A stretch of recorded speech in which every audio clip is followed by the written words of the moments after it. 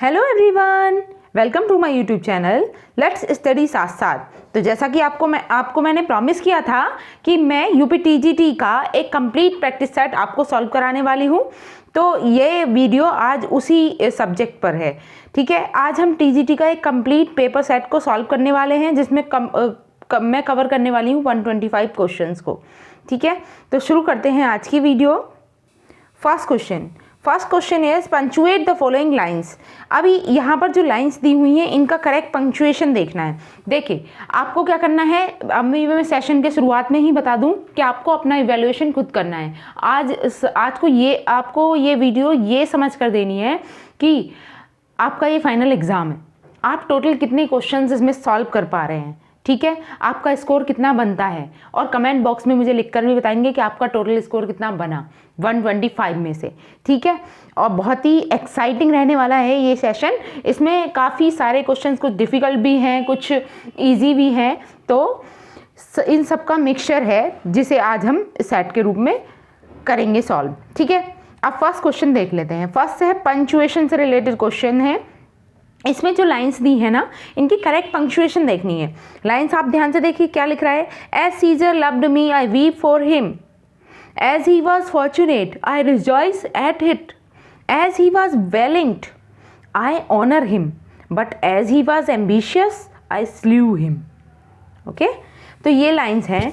अब हम इनमें क्या पंक्चुएशन कर सकते हैं। देखो, सेंटेंस की शुरुआत हो तो हमें कैपिटल लेटर का यूज़ करना होता है, ये सभी को पता है, कैपिटल लेटर होना चाहिए।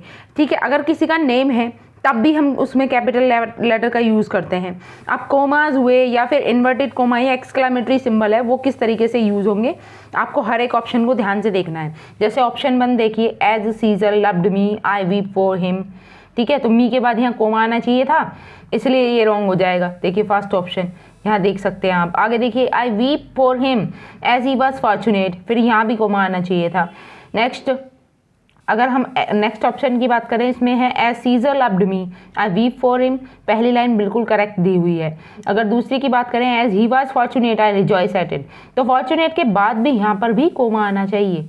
ठीक है, fortunate I rejoiced at him, as he was valiant, I honor him, but as he was ambitious, I slew him. Next देख लीजिए, सी ऑप्शन की बात करें तो इसमें है as Caesar loved me, I weep for him. ठीक, आगे है as he was fortunate, I rejoice at it. तो इसमें आई थिंक सही तरीके से लगे हुए हैं symbol. as he was valiant, I honor him, but as he was ambitious, I slew him. अभी हम ऑप्शन 4 को और देखेंगे, और इसमें बेस्ट जो होगा उसे हम अपना राइट आंसर चूज कर लेंगे। डी है एज सीजर लव्ड मी, इसमें तो कॉमा भी नहीं लगाया हुआ है ऑप्शन डी में। ठीक है, तो मुझे जो लग रहा है इसमें मेरे अकॉर्डिंग मोस्ट सूटेबल आंसर इसका ऑप्शन सी ही है। As Caesar loved me comma I weep for him, फिर ये हाफ जो अर्धविराम होता है वो है। आगे as he was fortunate I rejoice it, यहाँ पर भी comma I rejoice it. As he was violent I honor him, but as he was ambitious, I slew him. तो option number C is the right answer. Now moving to the next question number 2 देख लेते हैं अपना। Which of the following plays is not written by Galsworthy. कल भी हमने Galsworthy के काफी सारे क्वेश्चन को सॉल्व किया है, तो बताइए इनमें से कौन सा प्ले है जो गर्ल्सवर्दी ने नहीं लिखा। क्या होगा राइट आंसर। देखिए, सिल्वर बॉक्स बहुत ही फेमस वर्क है गर्ल्सवर्दी का, joy also written by Galsworthy and weavers, ये तीनों वर्क जो है ना वो गर्ल्सवर्दी के हैं। और ये जो आ डॉल हाउस है ये हेनरिक इब्सन का है, ना कि जॉन गर्ल्सवर्दी का। तो ऑप्शन हो जाएगा option number d, a doll house. Now moving to the next, which of the following words means a place where the birds are kept. इनमें से कौन सा वर्ड ये बताता है एक ऐसा स्थान जहां पर बर्ड्स पक्षियों को रखा जाता है। एक्वेरियम, जू, amnesty, aviary. What is the correct answer. This is the easiest question. Yes, correct answer is aviary. Next देख लेते हैं, choose the correct spelling of the word. देखिए, रेस्टोरेंट की करेक्ट स्पेल बताइए क्या होगी।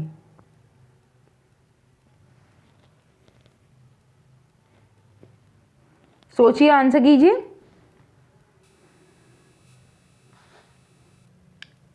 देखिए इसकी स्पेल होती है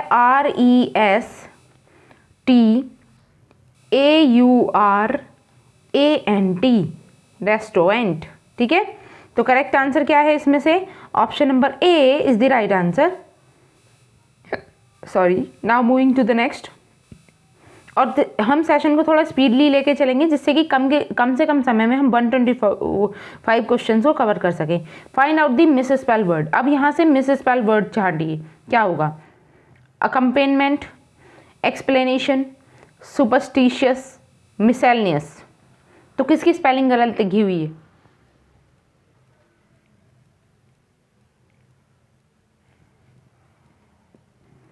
सोचिए, आंसर कीजिए। देखिए अकम्पेनमेंट करेक्ट ही है स्पेलिंग तो। अगर हम देखें अभी superstitious, this is also right one. Miscellaneous, ये भी। अगर एक्सप्लेनेशन की स्पेल देखें तो ये रॉन्ग है। Option number B is the right answer. Next, a figure of speech in which a qualifying adjective is sometime transferred from a person to a thing or from one word to another to which it does not strictly belong is called। देखिए मैंने most important questions कराए थे आपको figure of speech के, और इसी channel पर वो वीडियोस पड़ी हैं। अगर किसी को देखना है तो वो देख सकते हैं। ठीक है, अभी इसमें क्या कह रहा है? देखिए डेफिनेशन दे दी है और हमसे फिगर ऑफ स्पीच पूछी जा रही है कि क्या होगी। डेफिनेशन को हम ध्यान से समझे तो हम फिगर ऑफ स्पीच भी आसानी से ढूंढ सकते हैं। डेफिनेशन है a figure of speech in which a qualifying adjective. देखिए क्वालिफाइंग एडजेक्टिव क्या करता है? Sometime transferred from a person to a thing और from one word to another. ठीक है, आपने वेरी वेज का नाम तो सुना ही होगा। तो which it doesn't strictly belong. तो ये कौन सा फिगर ऑफ स्पीच होता है? जब हम देखिए एडजेक्टिव को लिविंग बीइंग से नॉन लिविंग बीइंग की तरफ ट्रांसफर कर देते हैं तो उसे ट्रांसफर्ड एपिथेट का नाम देते हैं। ठीक है, option number B is the right answer. Moving to the next question 7, choose the correct animal cry to complete the sentence. देखिए करेक्ट एनिमल क्राई ढूंढना है। जैसे डॉग्स का क्या है? बार्क है। लॉयन क्या करता है? रोयर करता है। तो फ्रॉग्स क्या करते हैं? Coo, bleat, croak, cluck. क्या होगा राइट आंसर? यस,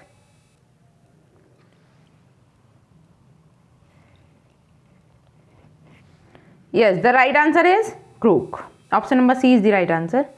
नेक्स्ट देख लीजिए, who calls Milton God gifted organ voice of England. किसने मिल्टन को कहा है God gifted organ voice of England? और हम अब देखिए कल से जॉन मिल्टन का सेशन शुरू करने वाले हैं। अभी इससे पहले 2 सेशन और लूंगी मैं, गर्ल्स वर्दी के कुछ क्वेश्चंस बाकी हैं उन्हें कवर अप करने के लिए। उसके बाद फिर हम मिल्टन ही शुरू करने वाले हैं। अभी इसका राइट आंसर क्या होगा? Who calls Milton God gifted organ voice of England? Arnold, Wordsworth, grey या टेनिसन?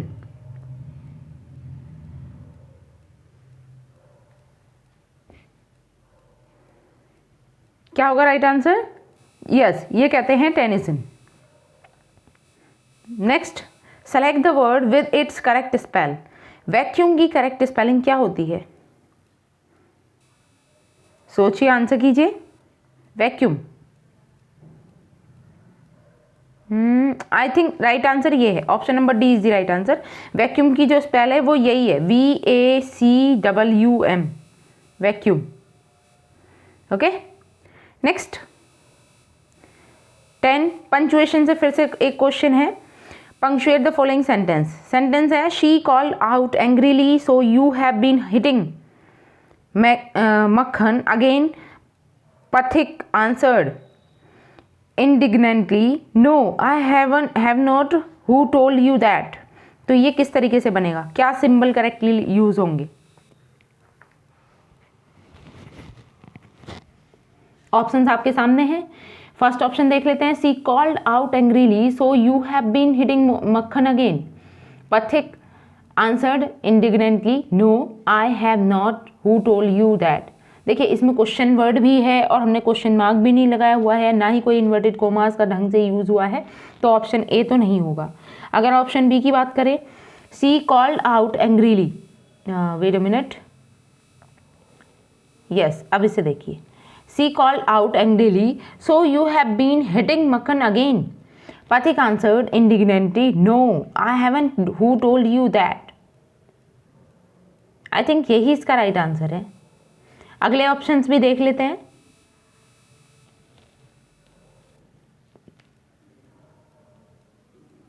ऑप्शन सी है, she called out angrily, so you have been hitting Makkhan again. Pathik answered indignantly, no I haven't, who told you that? She called out angrily, so you have been hitting Makkhan again. Pathik answered indignantly, no I haven't, who told you that? क्या होगा right answer? I think अगर यहाँ देखा जाए तो option C is the right answer. Okay, now moving to the next 11. The figure of speech in which the sound suggest the sense और meaning is known as. देखिए, sound के according अगर हम फिगर ऑफ स्पीच को देखते हैं तो वो राइट आंसर होगा ओनोमोटोपेइया। इसमें साउंड डिपेंड ही वॉइस को कवर किया जाता है। Now next, during his visit to France Wordsworth fell in love with the girl named. अपने फ्रेंच के विजिट के टाइम पे वर्ड्सवर्थ एक लड़की से मिलते हैं या फिर उनके लव में फॉल हो जाते हैं, तो उनका नाम क्या था? ऑप्शन है Catherine, Mary Hutchinson, Annette Vallon या फिर साइमन ली। क्या होगा right answer?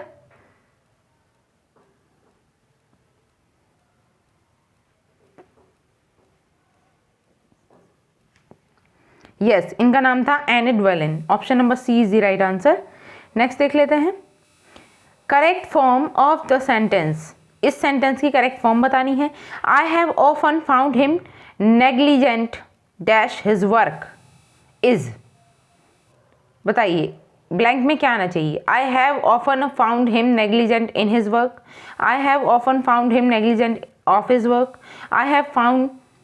I have often found him negligent to his work. क्या आना चाहिए? मतलब नेग्लिजेंट और हिज वर्क के बीच में कौन सी प्रपोजिशन आएगी?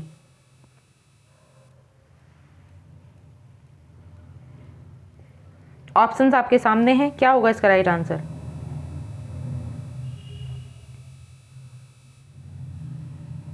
सोचिए, आंसर कीजिए।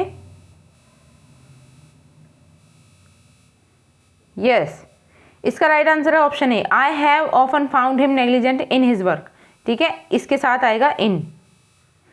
Now moving to the next, the following sentence has a blank space and 4 words given after the sentence, select whichever word you consider the most appropriate for the blank space.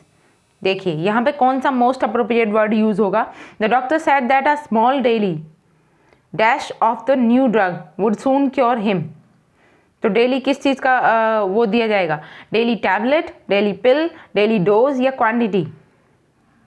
तो most suitable क्या है यहाँ पर? Daily dose. ठीक है, the doctor said that a small daily dose of the new drug would soon cure him. Now moving to the next, pick out the right option which express the meaning of the word invaluable. Invaluable का synonym पूछा गया है। Right option which express, express का मतलब वही है, synonym पूछा गया है आपसे इनवैल्यूएबल का। ऑप्शन है वैल्यूलेस, प्राइसलेस। नेक्स्ट देख लेते हैं, 2 ऑप्शन नेक्स्ट पेज पर हैं, यूजलेस या फिर चीयर। तो क्या राइट आंसर है इसका? इनवैल्यूएबल का। सोचिए, आंसर कीजिए। क्या होगा इसका राइट आंसर? यस, इसका राइट आंसर है ऑप्शन बी, प्राइसलेस। ठीक है, इसका option number B is the right answer. Wait a minute, option B. Moving to the next 16 है, Venus and Adonis is a poetic composition of the poet who was a dramatist also. Venus और Adonis जो है एक poetic composition है ऐसे writer का जो एक ड्रामेटिस्ट भी है। क्या राइट आंसर है इसका? ऑप्शन है शेक्सपियर, मिल्टन, मार्लो, ड्रायडन। सोचिए, आंसर कीजिए। यस, ये है शेक्सपियर। शेक्सपियर की ये लॉन्ग नरेटिव पोएम है जिसका नाम है वीनस एंड एडोनियस। नेक्स्ट है 17, what figure of speech has been used in the following line. अब नीचे जो लाइन दी है इसमें कौन सी फिगर ऑफ स्पीच है? लाइन है frailty thy name is woman, और देखिए यहाँ पर ये अपोस्ट्रोफी सिंबल लगा हुआ है। तो राइट आंसर क्या होगा? ऑप्शन है मेटाफर, पर्सोनिफिकेशन, अपोस्ट्रोफी या simile. Frailty thy name is woman.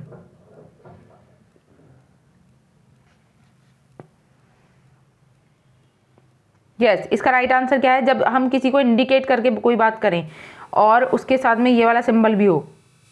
एक बार दोबारा बना देती हूँ मैं सिंबल को, वेट अ मिनट, इस तरीके से, ठीक है। अगर ये वाला सिंबल भी है तो वो अपोस्ट्रोफी ही होता है। Option number C is the right answer.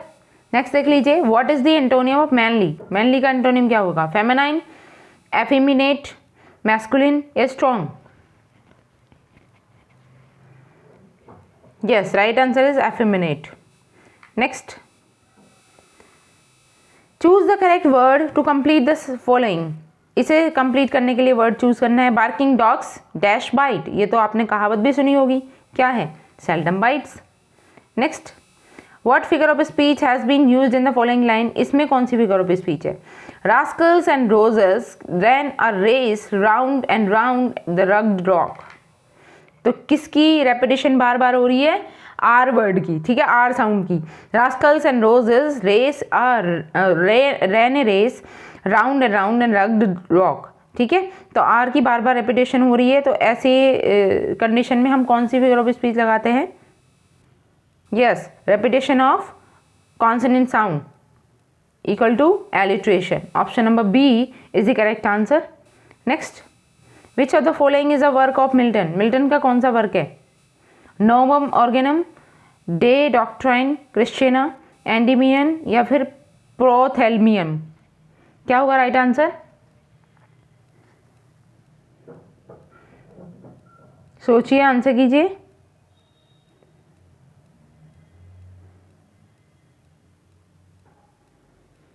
Yes, इसका राइट आंसर है option B, De Doctrina Christiana. Next, which play of Shakespeare portrays the character of mall value?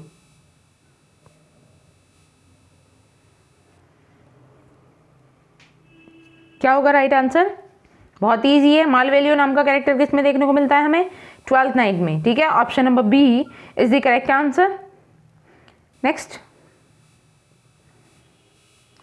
है, when the assault was intended the city is a sonnet written by. बताइए, when the assault was intended the city is a sonnet written by, ये sonnet किसके द्वारा लिखा गया है? Milton, Shakespeare, Wordsworth, Spenser? क्या होगा right answer? William Wordsworth. Option number B is the right answer. Next देख लेते हैं, one of the following poets was nicknamed the lady of Christ by his fellow undergraduates. Spot the correct name of the poet. Options are Milton, Spenser, Shakespeare, Marlowe. What is the correct answer? सोचिए, answer कीजिए।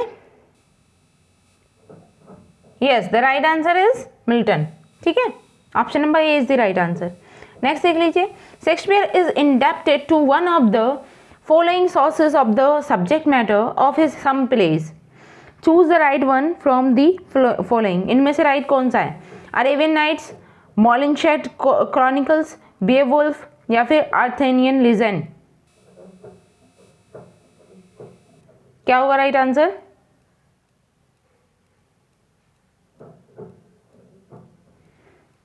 सोचिए, answer कीजिए।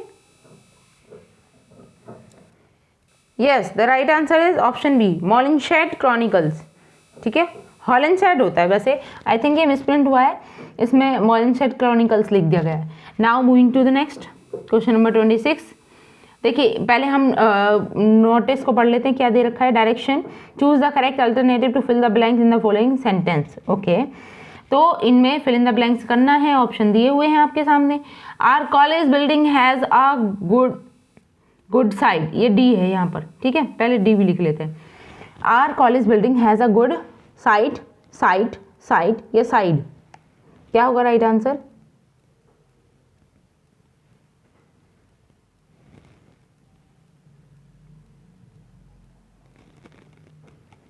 सोचिए, answer कीजिए। Yes, इसका correct answer है option B, site, ठीक है, जिसका मतलब होता है a place. Next, it is not possible for everyone to an elephant. To dash an elephant, तो क्या आएगा? To keep up with, keep in या keep on? What is the correct answer? इसका राइट आंसर है keep up. ठीक है, option number A is the correct answer, keep up. Next, laws grind the dash and rich man rule the law. बताइए, laws grinds the and rich man rule the law. Option है criminals, poor, innocent, destitutes. क्या होगा right answer? Yes, correct answer है B, poor. Laws grind the poor, ठीक है, and rich man rule the law. Next, the road to hell is dash, wait a minute, देखिए, the road to hell is dash with good intention. Option है decorated, engraved, paved या crawled या crowded. इसका right answer क्या होने वाला है? Question number 29। Yes, right answer is option C, paved. Question 30, a dash soldier fights for the sake of money. बताइए, a dash soldiers fights for the sake of money. क्या होगा? Materialistic, pioneer, veteran या फिर mercenary?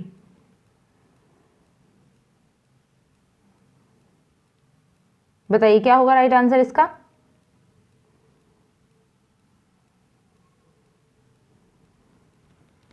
Yes, right answer है mercenary. ठीक है, option number D is the right answer. Next चलते हैं, यहाँ पर डायरेक्शन पढ़ लेते हैं पहले 31 से 40 के लिए। In these questions you have a brief passage with 10 questions. देखिए, अनसीन पैसेज शुरू हो रहा है यहाँ से। अब मैं पैसेज को रीड आउट नहीं करूँगी, अब लोग वीडियो को मैं थोड़ा स्लो स्क्रॉल कर रही हूँ, आप चाहो तो इसे देख सकते हो अनसीन पैसेज को। ये you may think the sign of the good manager यहाँ से शुरू हो रहा है, ठीक है, और यहाँ तक है आइडियाज तक। अब क्वेश्चन कह रहा है अ गुड मैनेजर शुड, बताइए, a good manager should. Option है be open minded and respective to new ideas, quickly so down innovative suggestion from an employ to assert supremacy of his experience and knowledge, discard innovative ideas, dubbing them unworkable। और D option है be contented with the normal functioning of the department. क्या होगा right answer?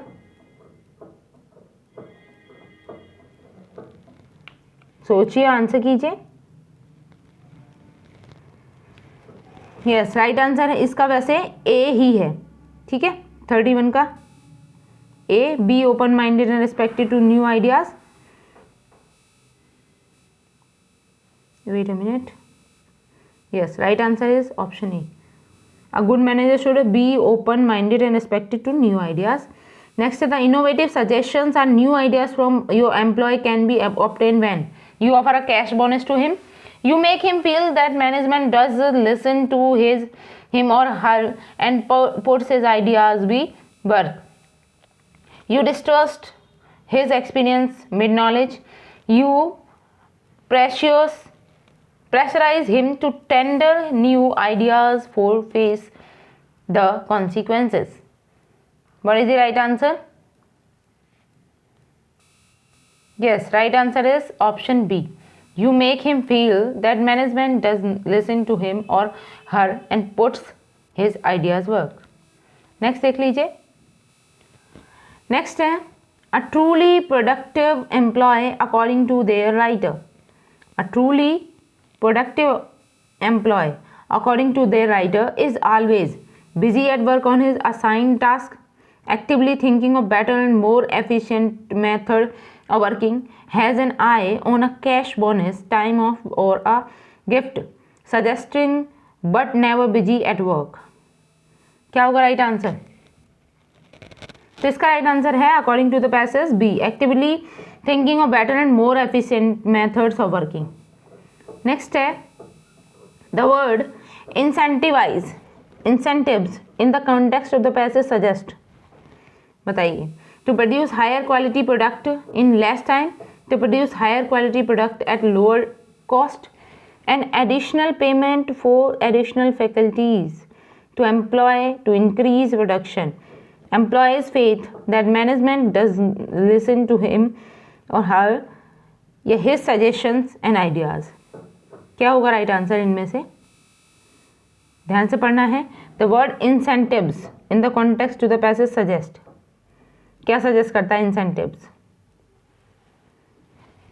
Yes, इसका right answer है option C, an additional payment और additional faculties to employ the increase production. Next देख लीजिए, to be respected to new ideas in the passage suggested, to be respected to new ideas in the passage suggested, क्या suggest करता है passage में ये? तो आप जब पैसेज को रीड करेंगे तभी आपको ये समझ आएगा कि ये क्वेश्चंस का आंसर कैसे था ये, ठीक है। इसका राइट आंसर क्या होने वाला है? Option C, to sharp with your people the ideas. Next देख लीजिए, सॉरी ये था to share with your people the new ideas, ठीक है। क्वेश्चन नंबर 36 देखेंगे। The word motivation in the passage means, motivation का मतलब क्या है पैसेज के according? To input a motive to an action, the act of inspiring others, to put a thing into action, या none of these. क्या होगा right answer? To act of inspiring others. Next 37, in a truly productive department, in a truly productive department, people are busy at work at their assigned task, people are busy at work to produce large quantity, या फिर people always think of evolving better than more efficient methods of the working, people always make a show of their experience and knowledge। तो इसमें से क्या होगा right answer truly productive department में? Yes, इसका correct answer है option C, people always think of involving better than more efficient method of working. Next देख लीजिए, people merely doing their jobs, people merely doing their jobs in passage means, passage में इसका मतलब क्या है? That people busy at work do not perform their assigned task, that such people produce a higher quality product, that such people are working at about half their potential, that such people are innovative। बताइए क्या होगा right answer? इसका right answer है option C, that such people are working at about half their potential, ठीक है। Option number C is the right answer. Next देख लेते हैं, we understand from the passage that a good manager is one who has a department where everybody is busy at work, who offers a cash bonus, time off or it gift to his works। बाकी दो option, who is open minded and receptive to new ideas। Next है, who is too quick too eager to show often his experience and knowledge। क्या होगा right answer?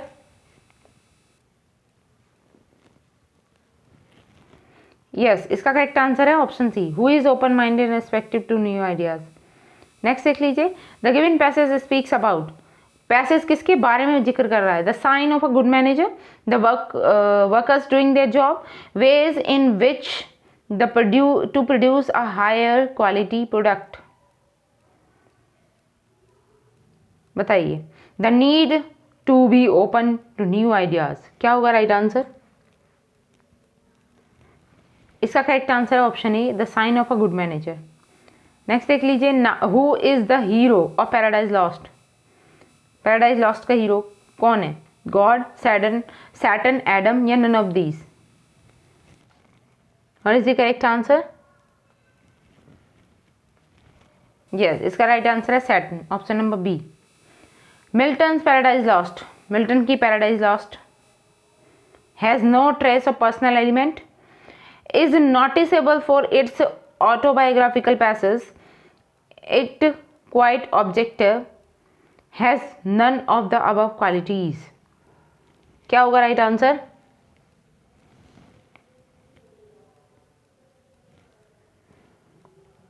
Yes, इसका correct answer है option B, is notable for its autobiographical passage. Next, the name of Prospero,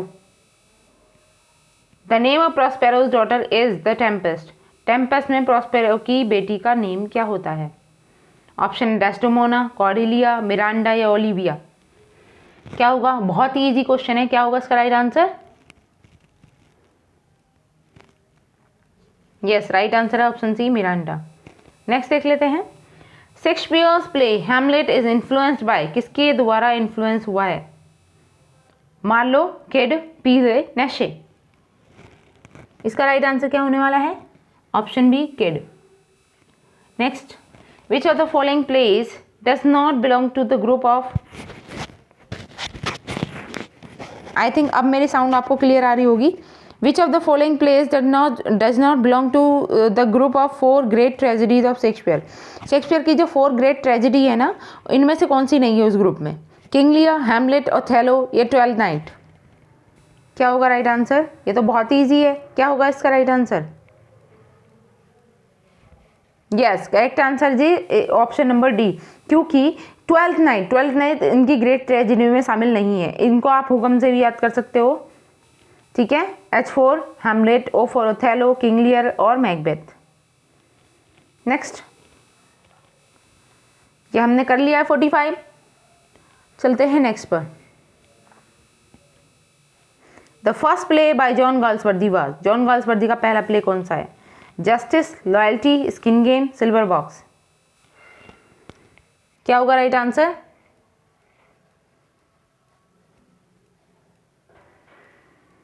the first play of John Galsworthy, the silver box. Option number D is the right answer. Shakespeare was a great scholar of Latin, knew a lot in Greek, had a great command over English, knew little Latin and less Greek. क्या होगा right answer? Knew little Latin and less Greek, ठीक है। Option number D. Now moving to the next, one of the following works of Milton is a prose work mention. इनमें से कोई सा work Milton का है जो प्रोज वर्क है, उसे मेंशन करना है। क्या है ऑप्शन? लिसिडस है, पैराडाइज रिगेन है, पैराडाइज लॉस्ट है या फिर एरोपेगाशिया है। क्या होगा राइट आंसर?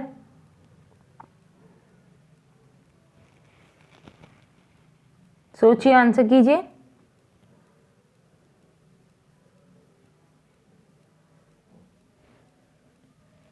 यस, इसका राइट आंसर है ऑप्शन डी, एरोपेगाशिया। नेक्स्ट देख लीजिए 49, from which book has it been taken. किस किताब से ये लाइनें ली गई हैं? लाइन है, to be weak is miserable, doing और सफरिंग। तो क्या राइट आंसर होने वाला है? The Tempest, Paradise Regain, prelude या फिर पैराडाइज लॉस्ट। किस बुक से ली गई है ये लाइन? यस, राइट आंसर है option A, the Tempest. Next है, हु हैज सेड इट, किसने ये कहा? One impulse from a vernal wood may teach us from more of man, of moral evil and of good, that all the sages can. Options are Shakespeare, Milton, Galsworthy, Wordsworth. तो किसने कही है ये लाइनें? Right answer is Wordsworth, William Wordsworth. Next, choose the correct name of the play from those given. देखिए, choose the correct name of the play, play का correct name बताना है। From those given, from which the following lines have been taken. Okay, line है, we are such stuff as dreams are made on and are little life is minded with a sleep. क्या होगा right answer? Option है आपके सामने, the Tempest, Othello, Macbeth, ये कॉरिलेनियस। बताइए, question दोबारा read कर सकते हैं। ये लाइनें बेसिकली कहाँ की है पूछा गया है। We are such stuff as dream as are made on the and our life, our little life is minded with a sleep. What is the correct answer? Yes, right answer है the Tempest. Option number A is the right answer. Next देख लीजिए, in which play और do the following lines occur. ये line किस play में है? Neither a borrower nor a lender be, for loan often loses both itself and friends, and borrowing dulls the edges of husbandry. Options are Macbeth, the Merchant of Venice, Hamlet या King Lear. क्या होगा right answer? Yes, right answer is Hamlet. Option number C is the right answer. Okay, now moving to the next. 53, the novel is, novel क्या है? One of the earliest forms of writing, one of the latest form of writing, या फिर one of the discarded form of writing. Option number C is the correct answer. Now moving to the next. 54, the sonnet is a poem of, sonnet किसकी poem है? 10 lines, 12 lines, 14 lines, 16 lines. इसका right answer क्या होगा? Yes, sonnet is a poem of 14 lines. Very easy. Next, find out the correctly spell word. इसमें से aeroplane का correct spelling वाला word कौन सा है? Yes, option number D, aeroplane. ठीक है, इसमें AIR वाला एयर नहीं होता, इसमें करते हैं हम AERO और आगे plane. Next, find out the correctly spell word. Correctly spelling वाला वर्ड, कंजम्पशन, कंजम्पशन क्या होगी? कौन सी स्पेलिंग सही है?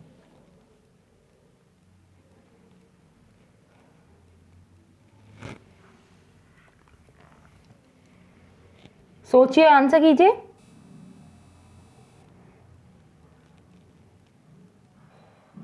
कंजम्पशन, यस, इसकी करेक्ट स्पेल है CONSUMPTION। ठीक है, तो कौन सी स्पेलिंग करेक्ट होगी? CONSUM और PTION।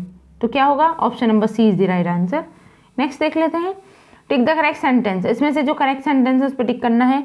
Neither Ram of Shyam has done this, गलत है। Either Ram nor Shyam has done it, both Ram and Shyam has done it. क्या होगा right answer? Yes, neither Ram nor Shyam had done it. Option number C is the right answer. Next, choose the most appropriate preposition. His story seems to be devoid dash truth.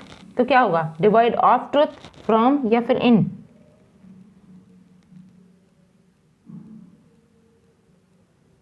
क्या होगा इसका right answer?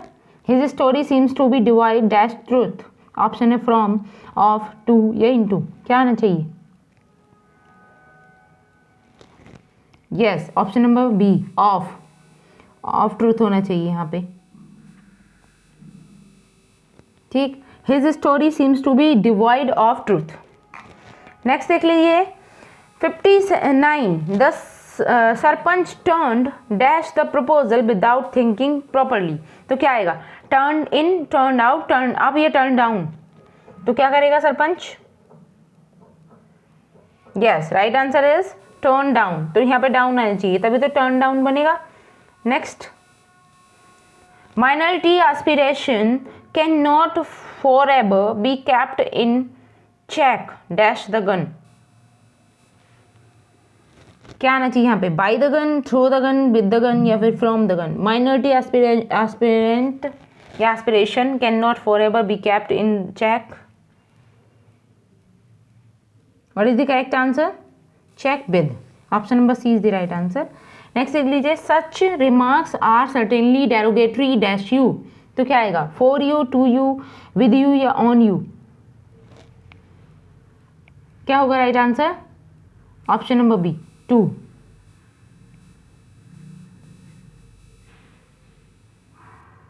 ठीक है, such remarks are certainly derogatory to you.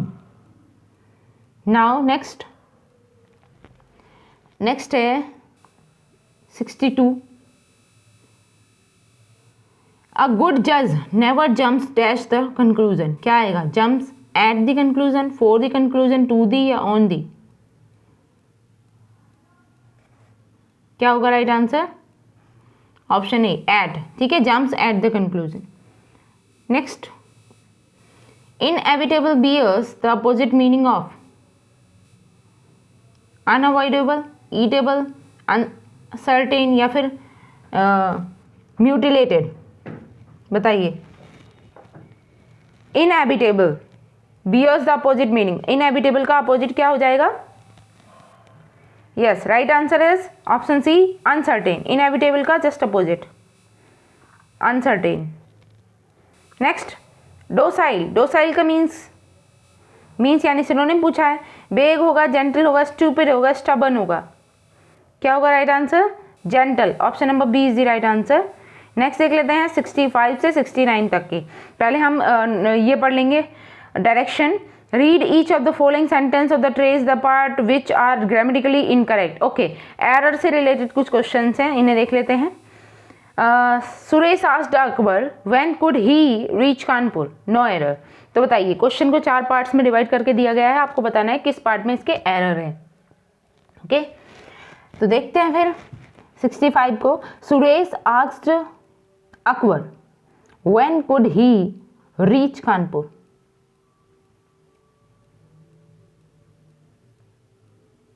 क्या होगा इसका right answer?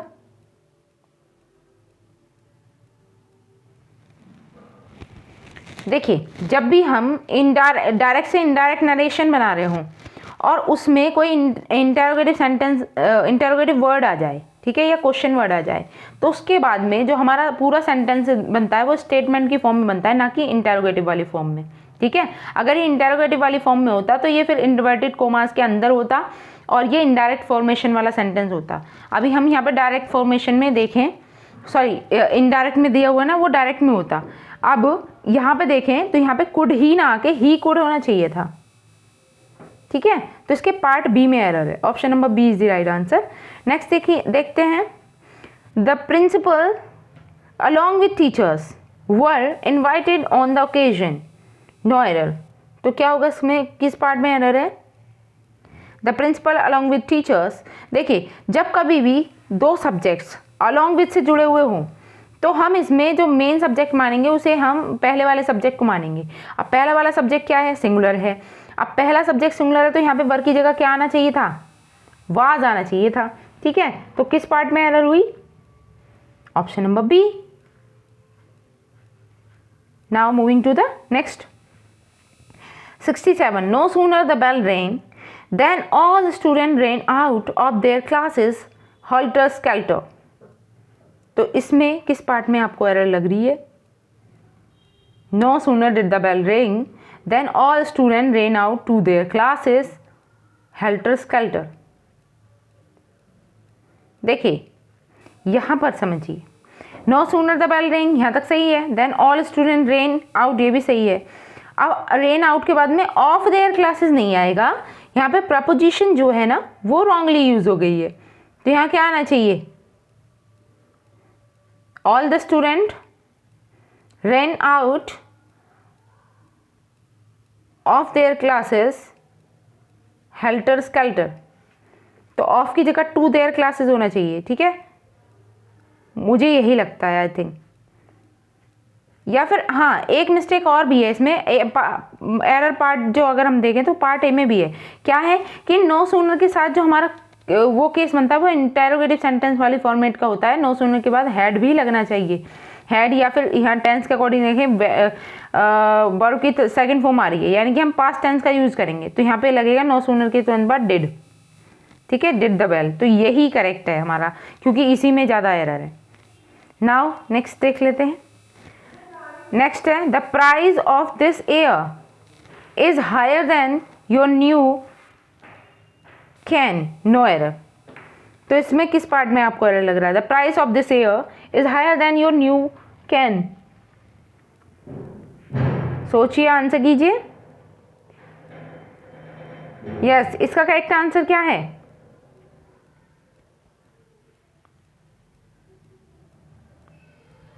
Higher than your new can.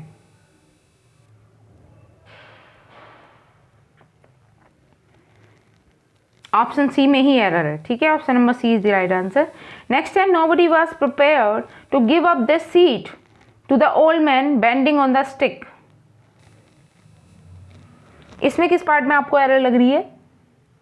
Nobody was prepared to give up their seat to the old man bending on the stick. Question number 69 और part है B जिसमें error है। Nobody was prepared to give up their seat, नहीं his seat लगा लो या her seat लगा लो, ठीक है। Next, living with teens can be difficult because your child is in the process of great change. The underline part of the sentence is an. ये जो पार्ट है वो क्या है? एक नाउन क्लोज है, एडवर्ब है, या एडजेक्टिव क्लोज है, प्रपोजिशनल क्लोज है। Living with teens can be difficult because your children is in the process of great change.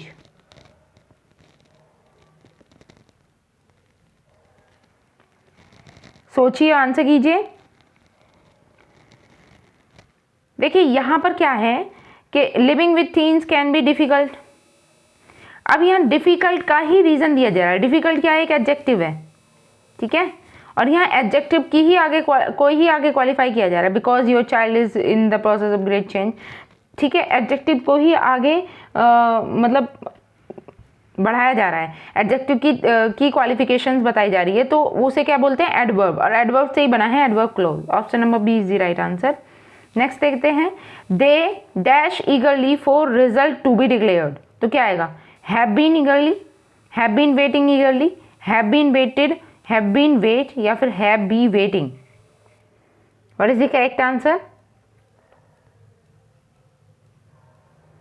yes, the right answer is option A, having been waiting, sorry, have been waiting. Question number 72, synonym of the word casual। casual का synonym क्या होगा? cox होगा, evince होगा, congratulate होगा, या फिर clarify होगा। what is the correct answer? synonym of casual। सोचिए, आंसर कीजिए। Yes, the right answer is option A, cox। 73, name the poet of the poem। Poem के पोएट का नेम बताना है। पोएम है सॉलिटरी रीपर। ये किसने लिखी है? P B. Shelley, Keats, William Wordsworth या कॉलरिज? यस, किसने लिखी है? विलियम वर्ड्सवर्थ ने। Next, how many words are wrongly spelled in the sentence below? The nurse wrapped a bandage round his hand. Sorry, the nurse wrapped a bandage round his head.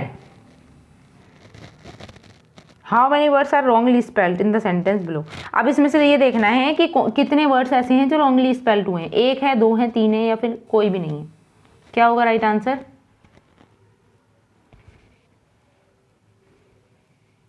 अगर हम spelling check करें तो किसकी गलत लग रही है? बैंडेज की स्पेल गलत है, रैप्ड की भी। इसका राइट आंसर क्या बनेगा? Option C. तीन इसमें मिस्टेक्स हैं। Next, you are probably sleepy because you blank में are yawning a lot, went out for lunch, ate too much chocolates, watched a movie. क्या होगा राइट आंसर? क्वेश्चन नंबर 75, इसका correct answer है option C, ate too much chocolates. Next, of all his procedures the following exerted a direct influence upon Shakespeare. बताइए, इनमें से कौन से प्रीडिसीजर्स थे? मैंने पहले गलत प्रोनाउंस कर दिया था। ऑफ ऑल हिज प्रीडिसीजर्स, शेक्सपियर के अपने जितने भी प्रीडिसीजर्स रहे हैं उनमें से the following exerted a direct influence upon Shakespeare. इनमें से कौन ऐसा व्यक्ति है जिसने डायरेक्ट इन्फ्लुएंस किया है शेक्सपियर को? राइट आंसर क्या होगा? Option A, Lyly and Marlowe. Next, 77, we are such stuff as dream are made. Whose words are these? ये वर्ड्स किसके हैं? We are such stuff as dreams are made. Options are Shakespeare, Marlowe, Philip Sidney, none of these. क्या होगा right answer? Yes, William Shakespeare. Next is 78, the only play by Shakespeare which confirm to the classical unities. Shakespeare का एक ऐसा play जो confirm करता है classical unities को, यानी कि 3 यूनिटीज को, unity of time, place and action को। ठीक है, हालांकि शेक्सपियर एक यूनिटी को नहीं मानते थे, यूनिटी ऑफ टाइम को, बाकी प्लेस एंड एक्शन को मानते थे, लेकिन ये एक ऐसा वर्क है जिसमें उन्होंने तीनों यूनिटी को फॉलो किया है।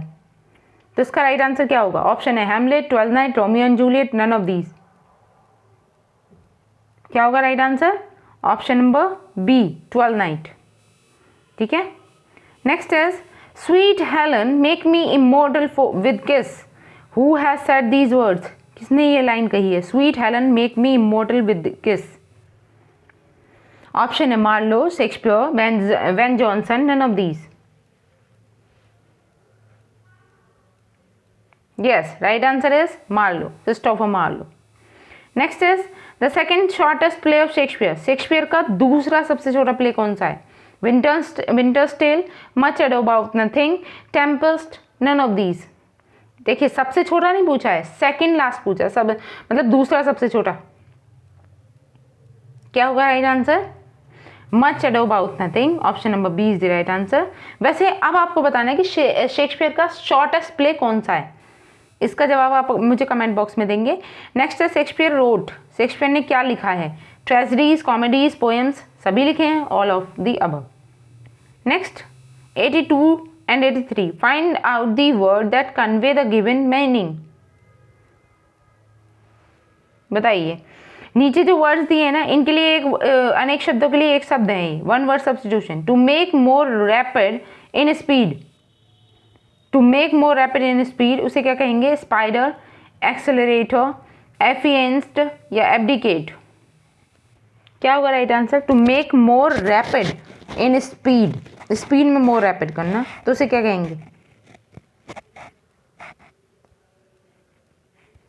सोचिए, आंसर कीजिए। इसका राइट आंसर है option B, accelerate. Next is mental weariness from lack of interest. बताइए, mental weariness for lack of interest. Option exile, ennui, enunciate या expiate. What is the correct answer? Ennui. Next is find out the grammatically wrong sentence. Option A, he feels bad about the defeat. All the boy scouts bear half pants. He hopes to secure good marks. या फिर Gavaskar is a brave man of India. Grammatically wrong sentence को बताना है। क्या होगा right answer? देखिए, he hopes to secure good marks, ये गलत है, option number C is the right answer. Moving to the next, find out the grammatically wrong sentence. अब ग्रामेटिकली इसमें कौन सा रॉन्ग है ये बताना है। Let me put my ring here, these cattle are mine, he examine the book loosely, he has no knowledge of and no interest in music. क्या होगा right answer? Yes, right answer is option D. He has no knowledge of and no interest in music.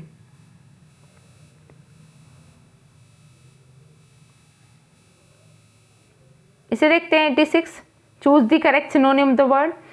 क्या है? ट्रीसन। ट्रीसन का synonym बताना है, क्या होगा? Disloyalty, passion, miserable या disappear.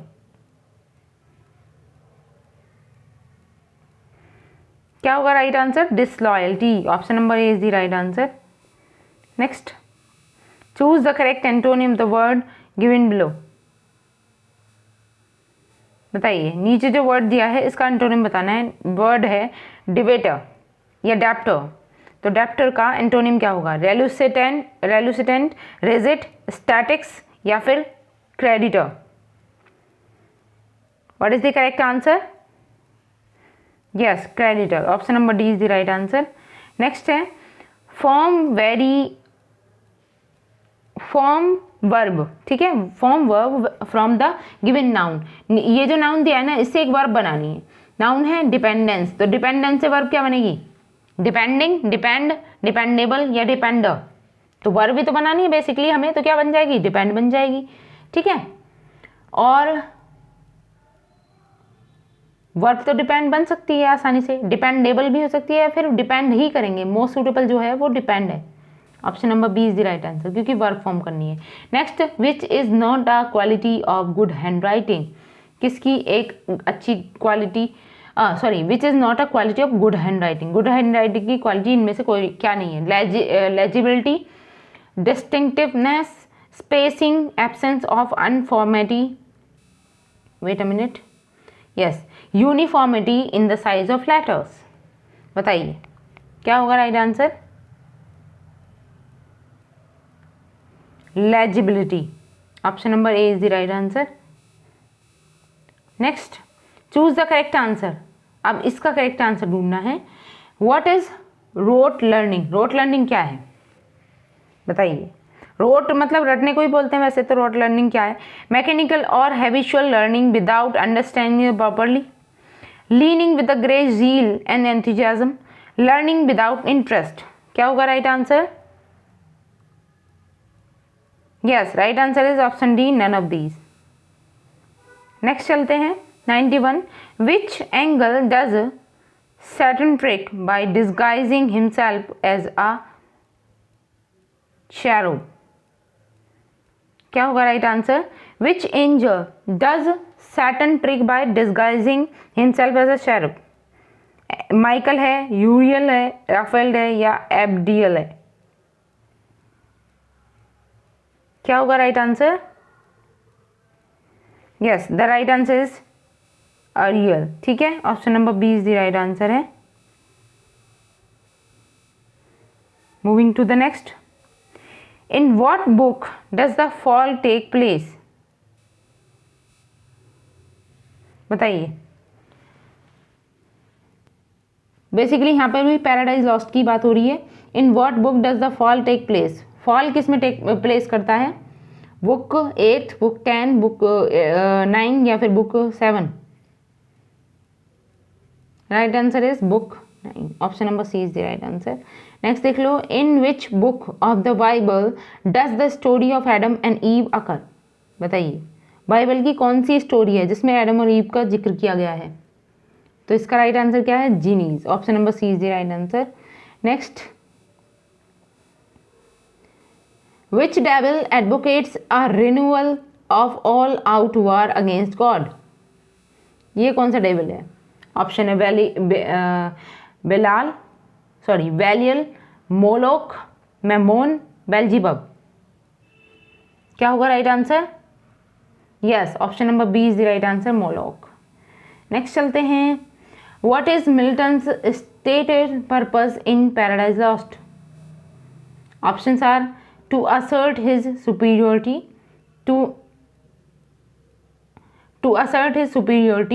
to other poets, to argue against the doctrine of the predestination, to justify the ways of God to man, to make his story hard to understand. बताइए, what is the Milton's, wait a minute, Milton's stated purpose in Paradise Lost. Paradise Lost में Milton का stated purpose क्या है exactly तो right answer है option C, to justify the way to God. ठीक है, way of God to man. Which of the following is not a character in Paradise Lost. Paradise Lost में कौन सा इनमें से कैरेक्टर नहीं है, नाइट, एगोनी, डिस्कॉर्ड या फिर डेथ। I think death. क्या होगा right answer, agony, option number B is the right answer. Next चलते हैं, which angle wields a large sword in the battle। इसमें पूछा गया है and wound Saturn। बताइए which angel wield a large sword in the battle and wound Saturn। Option है Michael, एब्डियल, यूरियल या फिर Saturn is not injured। क्या होगा right answer, yes, option number A is the right answer, Michael. I think आप bore नहीं हो रहे होंगे और अपने आंसर्स खुद करते चल रहे हो। नेक्स्ट चलते हैं, when Satan leaps over the fence into Paradise what does Milton liken him to. Option है, a snake slithering up a tree, a germ infecting a body, a wolf leaping into a sheep's pen, a fish leaping out of water. क्या होगा इसका right answer? Yes, option number C, a wolf leaping into a sheep's pen. Next, which angel tells Adam about the future in book 11 and 12? Options are Raphael, Uriel, Michael, none of these. क्या होगा right answer? Michael, option number C is the right answer. Next देखते हैं, in addition to Geoffrey Chaucer and William Langlet, the flowering of Middle English literature is evident in the works of which of the following writers? Options are Geoffrey of Monmouth, the Gawain poet, the Beowulf poet, the Chariton de Troyes या फिर Mary D France. बताइए क्या होगा right answer? Basically इसमें 5 option दे दिए गए हैं। Question number 100 चल रहा है हमारा। इसका राइट आंसर है option B, the Gawain poet. ठीक है, moving to the next 101। Why did the rebels of 1381 target the church beheading the archbishop of cemetery? क्या होगा इसका राइट आंसर? ऑप्शंस आपके सामने हैं। Their leaders were Lollard advocating the radical religious reform. The common people were still essentially pagan. They believed that writing, a skill largely confined to the clergy, was a form of black magic. The church was among the greatest of oppressive landowners. What is the right answer? देखिए 101 का जो right answer होगा वो होगा option D, the church was among the greatest of opposite the land owners. ठीक है, option number D is the correct answer. Now moving to the next 102। Bore तो नहीं हो रहे ना आप? ध्यान से पढ़ते चलना है और आंसर करते चलना है। Which influential medieval text purported to reveal the secret of the afterlife? Options are Dante's Divine Comedy, Boccaccio's Decameron, The Dream of the Road, Chaucer's Langland of Good Women, Yeager's Confession Amantis. क्या होगा right answer? Yes, option number A, Dante's Divine Comedy. Next, who is the author of Piers Plowman? Piers Plowman का author कौन है? Sir Thomas Malory, Margaret Kempe, Geoffrey Chaucer, William Langland, Geoffrey of Monmouth. क्या होगा right answer? Yes, William Langland, option number D is the right answer. Next है, what event resulted from the premature death of Henry fifth? बताइए, the battle of एजिनकोट, battle of Hastings, normal conquest या फिर black death?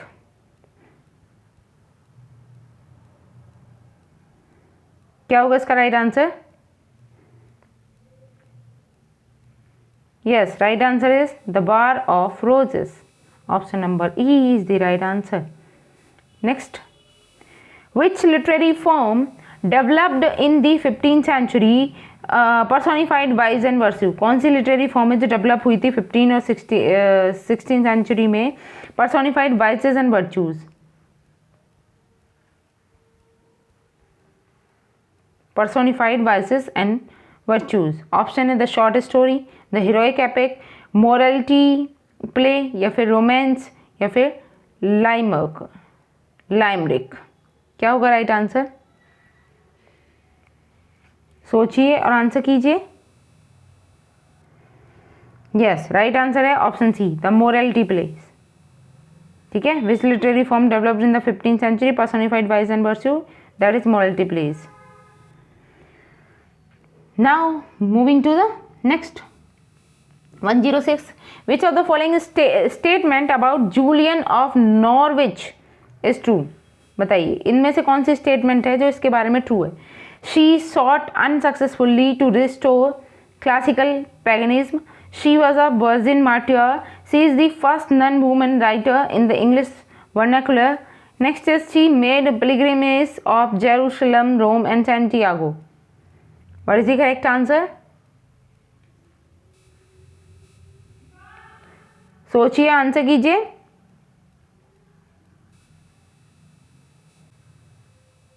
क्या होगा इसका right answer? Yes, इसका correct answer है she is the first non women writer in the English vernacular. ठीक है, ये फर्स्ट वुमेन राइटर थी. क्या नाम है इनका? Julian of Norwich. ठीक है, नेक्स्ट देख लीजिए 107 question number. Which of the following author is considered a devotee to chivalry as it is personified in sir Lancelot? Options are Julian of Norwich, Margery Kempe, William Langland, sir Thomas Malory, Geoffrey Chaucer. देखिए, मैं मानती हूँ कि TGT से अलग आ गए हैं 2-3 question, लेकिन ये कभी कभी ऐसे भी पूछ लिए जाते हैं, इसलिए आपको ये भी ध्यान में रखना है. ठीक है, जैसे जो राइटर जिस एज से रिलेट कर रहा है उस एज से पूछ लिए गए क्वेश्चन. ठीक है, या मॉडर्न लाइफ में अगर किसी राइटर के विषय में किसी मॉडर्न राइटर ने लिखा है तो उसके बारे में क्वेश्चन पूछ लिए जाते हैं. तो इस टाइप के क्वेश्चन भी बनते हैं आपके अक्सर एग्जाम में, तो इन्हें भी आपको लर्न करना है. अब इसका राइट आंसर है option number D, sir Thomas Malory. Now moving to the next. What was the occupation of Chaucer's father? Chaucer के पिताजी का ऑक्यूपेशन क्या था? Leather merchant, civil servant, vintner या फिर नन ऑफ दीज? क्या होगा राइट आंसर? चॉसर के पिताजी का प्रोफेशन क्या था एक्चुअली?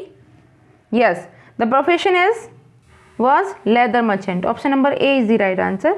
Next है 109. Who wrote the famous poem? किसने ये famous poem लिखी है? She dwelt among the untrodden ways. Who was the writer?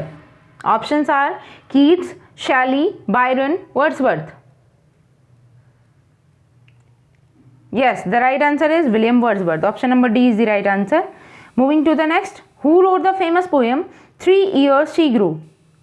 किसने ये फेमस पोएम लिखी है 3 Years She Grew? Options are Keats, Shelley, Byron या Wordsworth. Yes, the correct answer is option D, William Wordsworth. Moving to the next. Where does the solitary reaper take place? Solitary reaper exactly किस location पर लिखी गई है?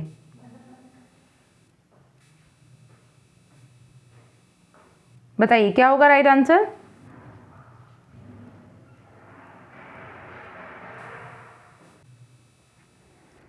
Options are England, Ireland, Scotland, France.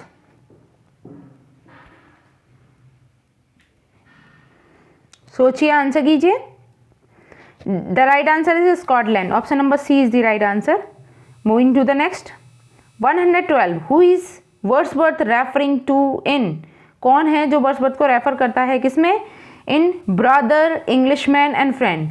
इस तरीके से इन शब्दों में उन्हें रेफर किया गया है वर्ड्सवर्थ को. किसने रेफर किया है? कॉलेरिज ने, स्पेंसर ने, शेक्सपियर ने या फिर बेकन ने?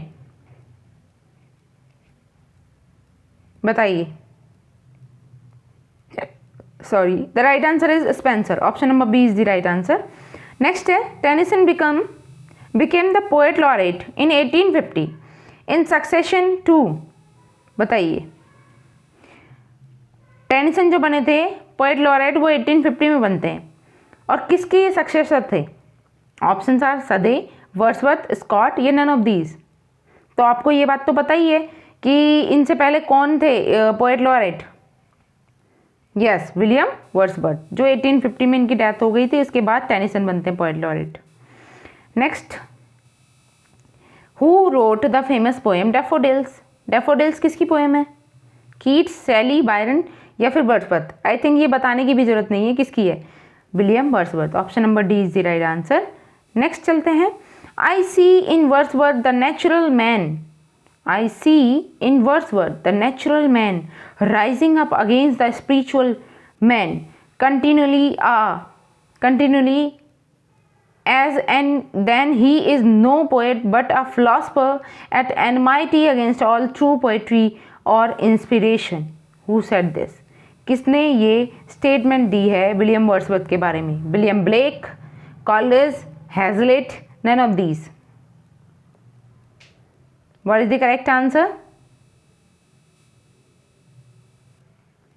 Yes, the right answer is option A, William Blake. Next, which poem of William Wordsworth is considered his greatest autobiographical epic? William Wordsworth की कौन सी पोएम को हम कंसिडर करते हैं एक ऑटोबायोग्राफिकल एपिक के रूप में? Guilt and Sorrow, the Prelude, the Excursion, क्या होगा राइट आंसर? या फिर पीटर बेल? बताइए। वेट अ मिनट, अभी ठीक है। यस, इसका करेक्ट आंसर है ऑप्शन बी, द प्रिल्यूड। इसे ही ऑटोबायोग्राफिकल पोएम कहा जाता है। Moving to the next, who is singing a solitary reaper? सॉलिटरी रीपर में कौन सिंगिंग करता है? Who is singing in solitary reaper? A circle, a muse, goddess, a beautiful girl? This is also easy one. क्या होगा right answer? A beautiful girl. ठीक है, option number D is the right answer. Moving to the next, how are Polonius and Laertes related? Polonius और Laertes कैसे related है? Father and सन है, uncle and Neiphiu हैं, cousin है, या फिर ब्रदर हैं? किस तरीके से रिलेटेड है ये दोनों, पोलोनियस और Laertes? Yes, they are father and son. Option number A is the correct answer. Next 119 and इसके बाद बचेंगे हमारे last 6 questions.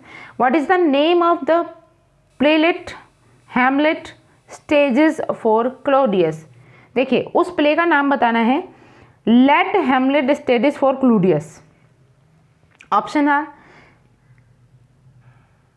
स्लाइंग्स and arrows, vice of kings, the murder of Gonzago, या स्लेइंग ऑफ लेसिनियस?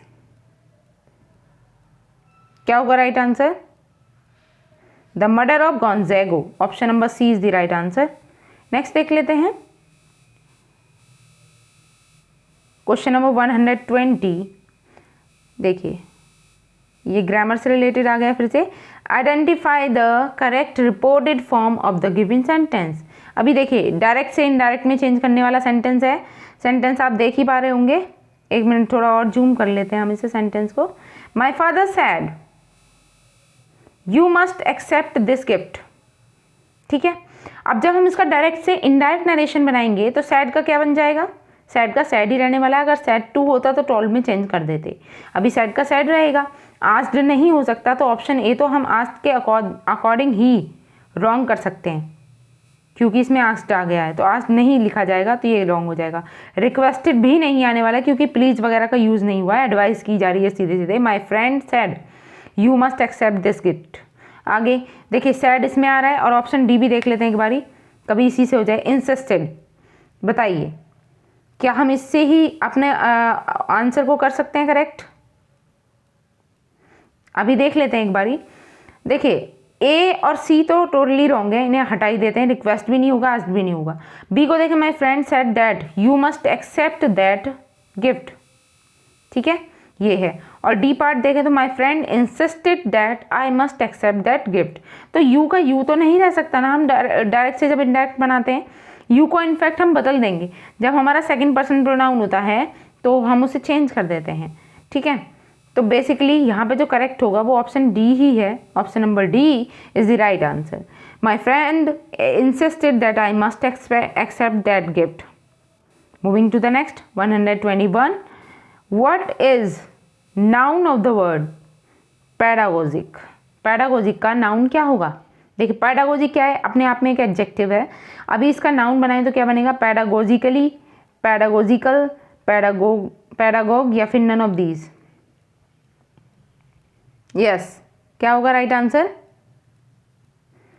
बनाना क्या है? हमें नाउन बनाना है, तो पैडागोग हो जाएगा। Option number C is the correct answer. Next देखते हैं, choose one word for the following expression. इसके लिए वन वर्ड बताना है। एट 6 and 7 इसका मतलब क्या होता है? स्कैटर्ड, अंडर कंट्रोल, फाउल और फेयर, या फिर टू अपोलोजाइज? बताइए, 6 and 7 का मतलब क्या होता है? Yes, the right answer is under control. Option number B is the right answer. Next चलते हैं, fill in the blanks by choosing the most suitable word given below. अब इसमें से सूटेबल वर्ड को देखकर और हमें ब्लैंक को फिल करना है। much that was dash in ancient Indian culture has already perished. Much that was dash in ancient Indian culture has already perished. तो क्या आएगा? useless, violent, religious या prevalent? बताइए. much that was useless. ठीक है, option number A is the right answer. Much that was useless in ancient Indian culture has already perished. Moving to the next. Pick out the incorrect spelling word. Incorrect spelling वाला word कौन सा है? Microscope, OPEC, mosaic या फिर monarchy? क्या होगा right answer? Yes, opaque. Option number B is the right answer. Next चलते हैं और ये आज का हमारा लास्ट क्वेश्चन है. Verb of alternation. ऑल्टरनेशन की वर्ब क्या बनेगी? अल्टरनेटिव, अल्टरेशन, ऑल्टरनेट या alternatively? What is the correct answer? Yes, the right answer is alternative. Option number A is the correct answer. तो ठीक है, फिर ये हमारा पेपर कंप्लीट हुआ. आई होप आपने एंजॉय किया होगा ये सेशन. ठीक है, अगर वीडियो अच्छी लगी है तो प्लीज़ इसे लाइक करें, शेयर करें और मेरे चैनल को सब्सक्राइब कर लें, क्योंकि एवरी संडे मैं टीजीटी या पीजीटी का आपको एक प्रैक्टिस सेट सॉल्व कराऊंगी और मैं कोशिश करूंगी कि केवीएस के भी प्रीवियस ईयर के क्वेश्चन पेपर आपको सॉल्व कराऊं, इंग्लिश टीजीटी के प्लस पीआरटी के भी हम कुछ क्वेश्चन पेपर लेकर आने वाले हैं. तो हर संडे हमारा प्रीवियस ईयर पेपर का एक पूरा सेट सॉल्व हुआ करेगा और साथ ही पूरे वीक हम इंग्लिश लिटरेचर से रिलेटेड काफ़ी सारी चीज़ों को कवर अप करेंगे. ठीक है, तब तक के लिए thanks for watching. Keep learning and keep supporting me. और हाँ, don't forget to share your score in comment box. Okay, now thank you.